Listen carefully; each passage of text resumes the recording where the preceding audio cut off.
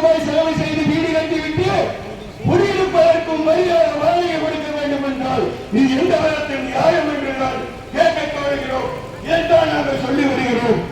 ஏன் சூழலை முற்றிலுமாக ஆக்க வேண்டும் என்று இந்திய யூனியன் முஸ்லீம் லீக் கடிதம் கொடுக்கப்பட்டுள்ளது.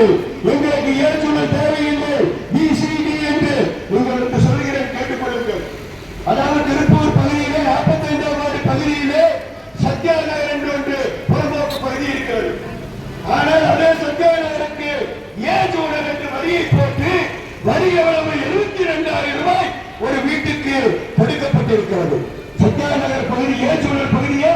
எந்த அடிப்படையும் எந்த முகாரமும் கிடையாது ஒரு பகுதி. இப்படி வரி அது மட்டுமல்ல, குப்பை வரி நீங்க கணக்கெடுத்துக்கீங்க. குப்பை வரி எவ்வளவு தெரியுமா? அதாவது ஒரு நபர் ஒரு வீடு கட்டுறாரு வச்சுக்கோ, வாடகைக்கு வீடு கொடுக்குறாரு. ஒரு உதாரணம், வீடு கட்டக்கூடிய நேரத்தில் 4 ஆண்டு காலம் வீடு கட்டி 5வது ஆண்டு வீடு வந்து வாடகை கொடுக்கிறாரு. பொதுக்கூட